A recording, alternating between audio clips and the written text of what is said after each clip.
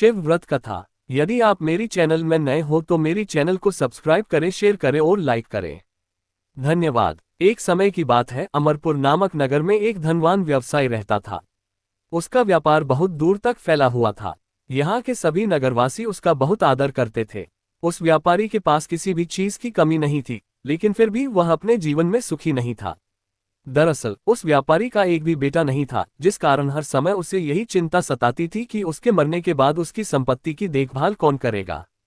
वह व्यापारी बेटे की चाहत में हर सोमवार को बाबा भोलेनाथ की पूजा करता और शाम ढलते ही मंदिर जाकर शंकर भगवान के सामने दीप जलाता था। एक दिन मां पार्वती उसकी श्रद्धा भक्ति से खुश हो गईं। उन्होंने बाबा भोलेनाथ से उस व्यवसाय की इच्छा पूरी करने के लिए प्रार्थना की। इस पर भगवान शिव ने कहा, इस दुनिया में हर किसी को उसके कार्यों के आधार पर फल मिलता है। भगवान शंकर के समझाने पर भी पार्वती जी नहीं मानी। वह लगातार बाबा भोलेनाथ से यही कहती रही कि उस व्यापारी की इच्छा पूरी कर दीजिए। अंत में शिवजी ने मां पार्वती के अनुरोध पर उस व्यापारी को बेटे का वरदान दे दिया। आशीर्वाद देने के बाद भगवान शंकर ने पार्वती माता से कहा, मैंने आपके अनुरोध पर उस व्यापारी को बेटे की प्राप्ति का आशीर्वाद तो दे दिया, लेकिन उसका बेटा केवल 16 साल की उम्र तक ही जीवित रहेगा। यही बात भगवान शिव ने उस व्यापारी के सपने में जाकर उसे भी बताई। वरदान पाकर व्यापारी प्रसन्न था, लेकिन बेटे की उम्र 16 साल ही होगी सोचकर वह फिर दुखी हो गया। वह पहले की तरह फिर से हर सोमवार को भगवान शंकर की पूजा करने लगा। कुछ महीने बीतने के बाद उसके घर में एक बच्चे ने जन्म लिया, जो बहुत सुंदर था। उसका नाम अमर रखा गया। बेटे के जन्म के साथ ही व्यापारी के घर में खुशियां छा गईं। बेटे के जन्म की खुशी में एक समारोह का भी आयोजन किया गया। इस जश्न के माहौल में व्यापारी अभी भी दुखी था। हर समय उसे यह डर लगा रहता था कि उसका बेटा अधिक दिनों तक जीवित नहीं रह सकेगा। धीरे धीरे समय बीतता गया और उसका बेटा अमर 12 साल का हो गया। एक दिन व्यापारी ने अपने बेटे को अपनी पत्नी के भाई दीपचंद के साथ पढ़ाई के लिए बनारस भेज दिया। वाराणसी जाते समय रास्ते में जहां भी अमर और दीपचंद आराम करने के लिए रुकते, वहां वो यज्ञ और ब्राह्मणों के लिए भोजन की व्यवस्था करते जाते थे। कुछ दूर जाने के बाद अमर और दीपचंद एक नगरी पहुंचे। यहाँ नगर के महाराज की बेटी चंद्रिका की शादी थी, जिसके लिए पूरे नगर को दुल्हन की तरह सजाया गया था। ठीक उसी समय बारात भी आ गई। इस समय लड़के का पिता परेशान था, क्योंकि उसके बेटे की एक आंख खराब थी। उन्हें डर था कि अगर लड़की वालों को ये बात पता चल गई तो वह शादी तोड़ देंगे। तभी उसकी नज़र अमर और दीपचंद पर पड़ी। लड़के के पिता के मन में तुरंत ये ख्याल आया कि क्यों न अमर को ही दूल्हा बनाकर शादी के मंडप में बैठा दिया जाए। एक बार जब उसका विवाह राजकुमारी से हो जाएगा तो फिर उसके बाद उसे कुछ पैसे देकर वहां से विदा कर देंगे। फिर राजकुमारी और अपने बेटे को अपने घर ले आएंगे। लड़के के पिता ने बिना देरी किए दीपचंद से इस बारे में बात की और धन का प्रस्ताव रखा। दीपचंद ने पैसों के लालच में आकर तुरंत हाँ बोल दिया और अमन को दूल्हा बनाकर मंडप में बैठा दिया। यहाँ राजा ने राजकुमारी का कन्यादान कर विवाह संपन्न कराया और बहुत सारी संपत्ति के साथ अपनी बेटी को विदा किया। शादी के बाद जब अमर वहां से लौट रहा था तो उसे लगा कि झूठ बोलना सही नहीं है और उसने राजकुमारी चंद्रिका के दुपट्टे पर सारी सच्चाई लिख दी।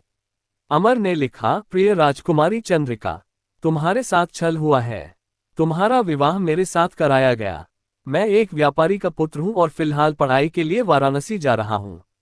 तुम्हारी शादी जिससे तय हुई थी उसकी एक आंख खराब है। राजकुमारी ने ये सच जानने के बाद उस लड़के के साथ जाने से इनकार कर दिया और अपने पिता के साथ ही रहने लगी।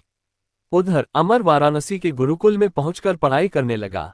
धीरे धीरे समय बीतता गया और अमर 16 साल का हो गया। इस दौरान उसने एक महायज्ञ का आयोजन किया। यज्ञ समाप्त होने के बाद अमर ने सभी ब्राह्मणों को खाना खिलाया और उन्हें कपड़े दिए। सारे काम खत्म करने के बाद अमर रात में अपने कमरे में सोने चला गया। भगवान शंकर के वरदान के मुताबिक उसी रात अमर के प्राण चले गए। अगली सुबह जब दीपचंद उसके कमरे में पहुंचा तो उसने देखा कि अमर जीवित नहीं है। वह जोर जोर से रोने लगा। उसकी रोने की आवाज सुनकर आसपास के लोग भी इकट्ठा हो गए और अपना दुख जताने लगे। दीपचंद के रोने की आवाज भगवान शिव और मां पार्वती के कानों तक भी पहुंची। ये सुन माता पार्वती ने कहा, हे स्वामी, मैं दीपचंद के रोने की इस आवाज को बर्दाश्त नहीं कर पा रही हूं। कृपा करके इसके दुख को दूर करें। पार्वती जी की बात सुनकर बाबा भोलेनाथ अमर के पास पहुंचे। यहाँ उन्होंने देखा कि यह तो वही बालक है जिसे केवल 16 साल की उम्र तक ही जीवित रहने का आशीर्वाद मिला था। इसके बाद भगवान शिव सीधे मां पार्वती के पास पहुंचे और कहा, हे गौरी, मरने वाला बालक उसी व्यापारी का पुत्र है। इसने अपनी उम्र पूरी कर ली है। ये सुन माता पार्वती ने भगवान शिव से एक बार फिर से आग्रह किया। उन्होंने कहा, स्वामी, आप कृपा करके इस बालक को दोबारा जीवित कर दें। इसे मृत देख इसके माता पिता भी अपने प्राण त्याग देंगे। माता पार्वती ने बाबा भोलेनाथ को याद दिलाया कि अमर के पिता उनके सबसे बड़े भक्त हैं। कई सालों से वह हर सोमवार को उनकी पूजा करते आ रहे हैं। मां गौरी के अनुरोध पर भगवान शंकर ने अमर को जीवित होने का आशीर्वाद दिया और अमर दोबारा जिंदा हो गया। कुछ समय बाद जब अमर की पढ़ाई पूरी हो गई तो वह अपने मामा दीपचंद के साथ वापस अपने गांव चला गया। चलते चलते दोनों उसी नगरी में जा पहुंचे जहां राजकुमारी चंद्रिका से उसका विवाह हुआ था। यहां पहुंचकर अमर ने एक महायज्ञ किया। तभी पास से गुजर रहे उस नगर के महाराज ने महायज्ञ होते देखा। महाराज ने एक ही पल में अमर को पहचान लिया और महायज्ञ के समाप्त होते ही वो अमर और दीपचंद को अपने साथ ले गए। कुछ दिनों तक उन्होंने अमर और दीपचंद को अपने महल में ही रखा। उसके बाद महाराज ने संपत्ति और कपड़े देकर राजकुमारी को अमर के साथ भेज दिया। महाराज ने रास्ते में उनकी रक्षा के लिए कुछ सैनिक भी भेज दिए। दीपचंद भी महल से अपने नगर पहुंचा और दूत के हाथों अमर के आने की सूचना व्यापारी तक पहुंचाई। व्यापारी को जैसे ही पता चला कि उसका बेटा 16 साल की उम्र के बाद भी जीवित है तो वह बहुत खुश हुआ।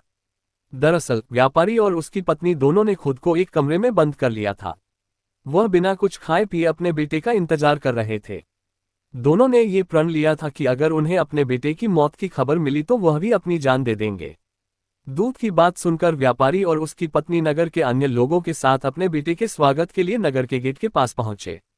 यहां उसे पता चला कि उसके बेटे की शादी एक राजकुमारी से हुई है।